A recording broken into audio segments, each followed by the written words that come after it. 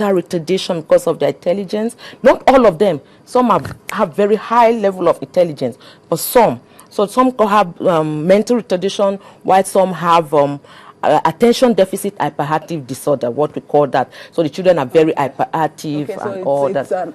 Autism spectrum disorders, like yes, an umbrella, exactly. And beautiful. You have autistic disorder, you have the Asperger's disorders, you have the childhood disintegrative disorder, the Rett disorder, which is only for the ladies, only for girls, and the pervasive developmental disorder, not otherwise specific if they don't have the full criteria in making any of the other 4 diagnoses. So how do we make this diagnosis?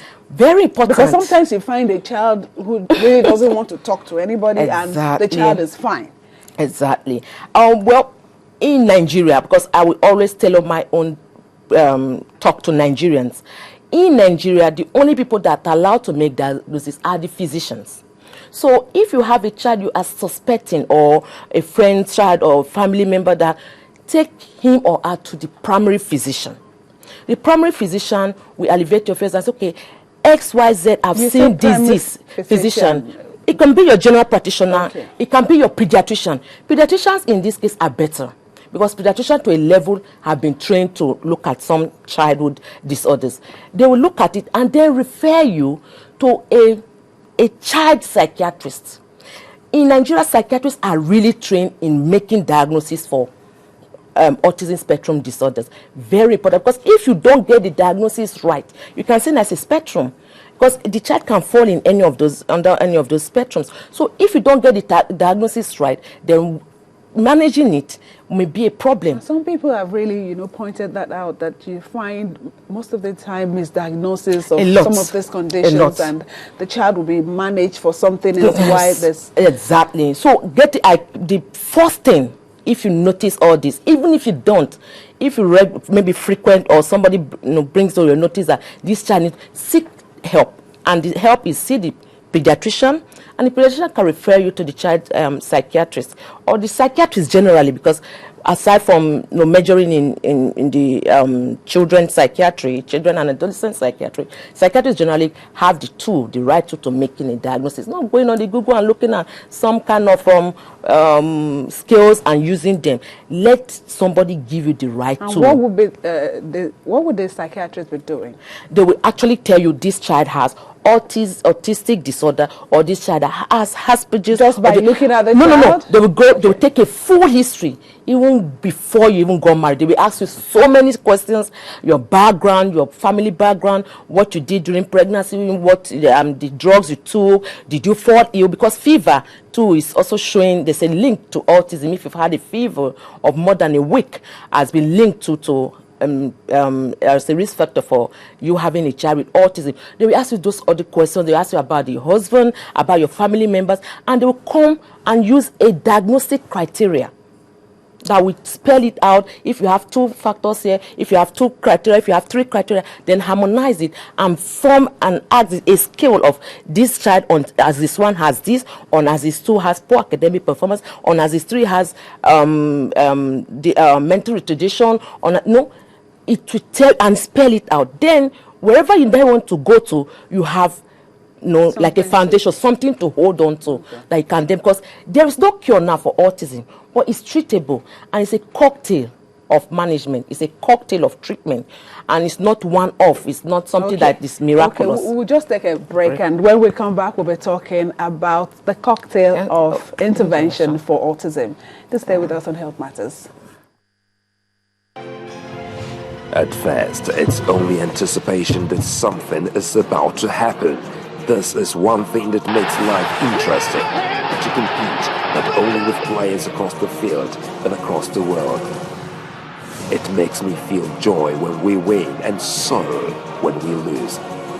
The action and reaction, colliding, falling, dropping, despite the odds.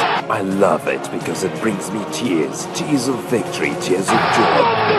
The skill that leads to the pass that leads to the shot that leads to the goal that determines the ultimate. Channel Sports, defining the moment of true sport.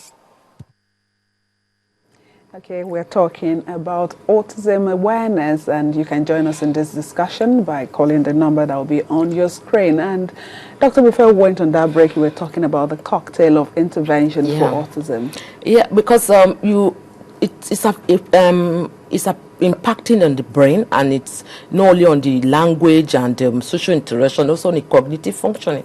So once you get the diagnosis right, it's best for you to go for this cocktail of treatment intervention, from the psychiatrist to the psychologist to the physical therapist to the occupational therapist, speech and language therapists, even the special educators. They all come to play in managing a child with autism. The speech and language take care of the speech. So you can have centers that have the full complement of everything, but it's not so common here. It's not something that you have to. So, and excluding them from the environment is really bad. So you can take them to schools that have the special needs inclusion into their school. So they go in there, they can be part of the school system, but they can also take their therapy, because that speech, you need to help them to develop it. And if you detect on time, that's why we are preaching early intervention. If you detect on time and they start managing them on time, quite a number of them have been able to speak with time.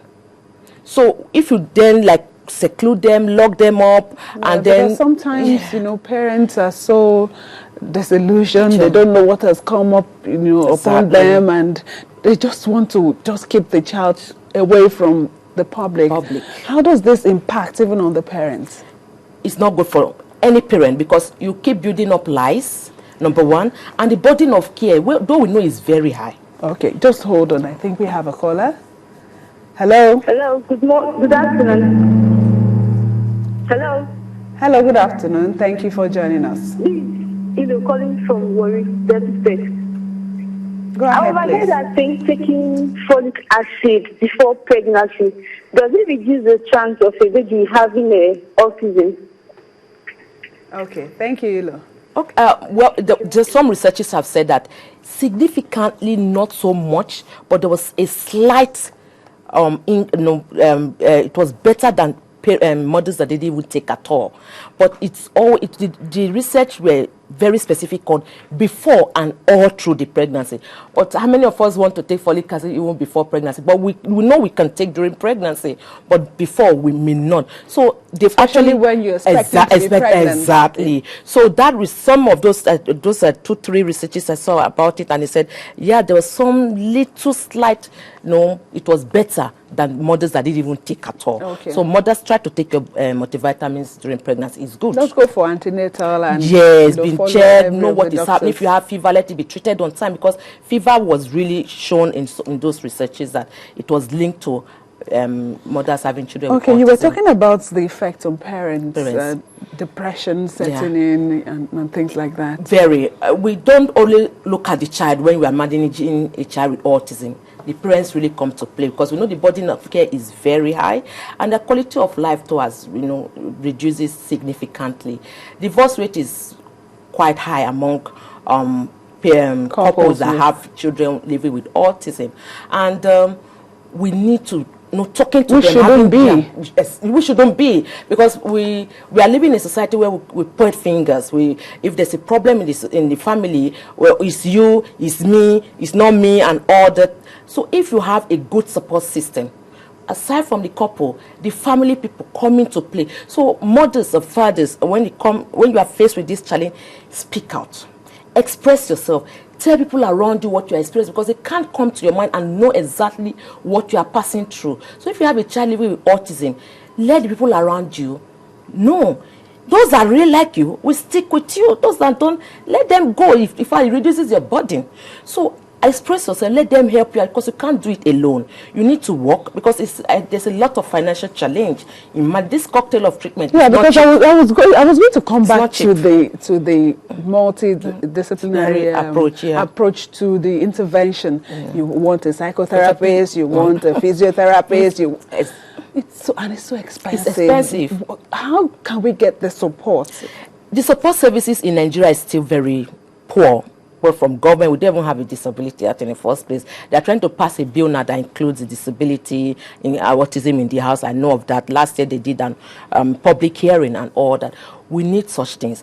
If we can have institutions, after all, people living with HIV, NIMA is there now.